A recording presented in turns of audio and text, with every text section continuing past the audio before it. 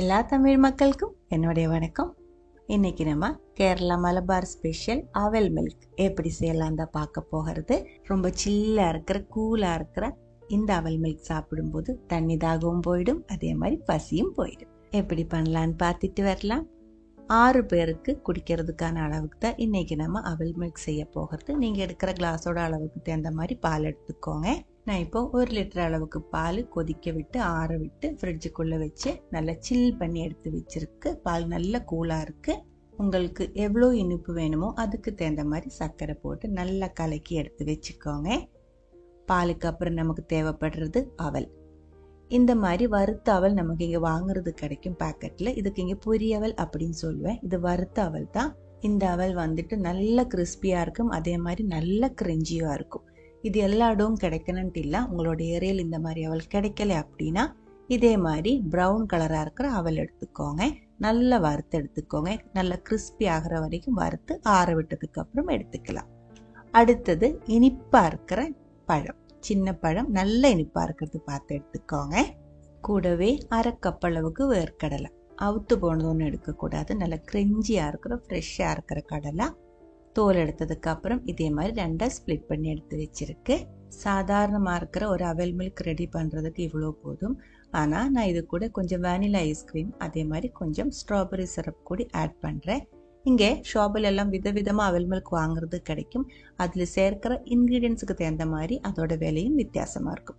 70 ருபீஸ்லேருந்து 150 rupees வரைக்கும் இங்கே அவல் மில்க் வந்து விதவிதமா வாங்குறது கிடைக்கும். எப்படி இதை செட் பண்ணி எடுக்கிறேன் அப்படின்னு பார்க்கலாம்.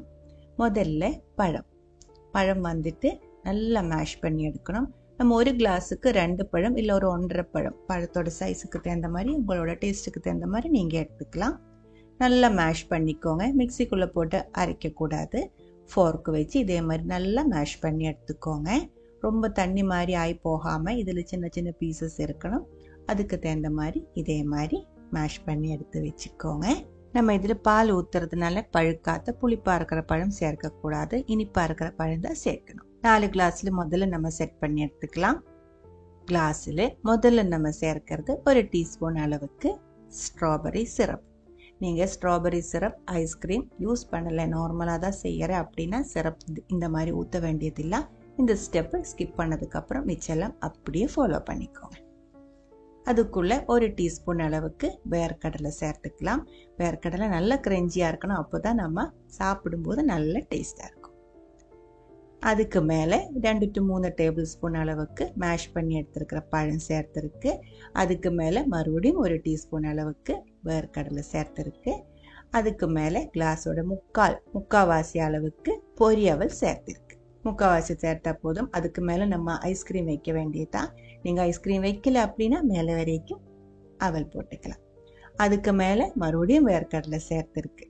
பாருங்க, இப்ப எல்லாம் ரெடியா இருக்கு. இன்னும் ஒரு மெயினா இருக்கிற விஷயம், நம்ம இது எப்ப சாப்பிட போறீங்களோ அந்த டைம்ல மட்டும்தான் பால் இதுக்குள்ள ஊத்தி எடுக்கணும். முன்னாடியே பால் ஊத்தி வச்சு பாதி பேர் வீட்டுல இல்ல, அவங்க வர்றதுக்காக வெயிட் பண்ணிருச்சு அப்படின்னா இந்த அவல் ஃபுல்லா ஊத்து போயிடும். சாப்பிடும்போது நல்லா இருக்காது. பால் ஊத்தினதுக்கு அப்புறம் ஒரு 10 நிமிஷம் வரைக்கும் அவல் கிரெஞ்சியா தான் இருக்கும். வறுத்த அவலா இருக்கிறதுனால அதுக்கு மேல வைக்க கூடாது. அதனால எப்ப சாப்பிட போறீங்களோ அந்த டைம்ல மட்டும் பால் ஊத்தி அதுக்கு மேல இதே மாதிரி உங்கள்கிட்ட இருந்தா மட்டும் கொஞ்சம் சிரப், எந்த சிரப்பா இருந்தாலும் பரவாயில்ல, அதுவும் சேர்த்து அதுக்கு மேல ஐஸ்கிரீம், வனிலா ஐஸ்கிரீம் தான் இதுக்கு பெஸ்டா மேட்ச் ஆகிறது. நம்ம இதுல பாலெல்லாம் ஊத்துறதுனால வனிலா ஐஸ்கிரீமும் இதுக்கு மேல வச்சதுக்கு அப்புறம் நம்ம இது சாப்பிட்டுக்கலாம்.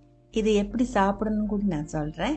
நம்ம இதே மாதிரி இதுக்கு மேல ஐஸ்கிரீம் வச்சிருக்கிற அவல் மில்கா இருந்தா முதல்ல நம்ம ஸ்பூன்ல ஐஸ்கிரீம் சாப்பிட்டு முக்காவாசி முடிச்சதுக்கு அப்புறம் ஸ்பூனில் எல்லாமே சேர்த்து நல்லா கலக்கி எடுக்கணும். பால், பழம், அவல், வேர்க்கடலை எல்லாமே சேர்த்து கலக்கி எடுத்ததுக்கு அப்புறம் ஸ்பூனில் சாப்பிட்டுக்கலாம்.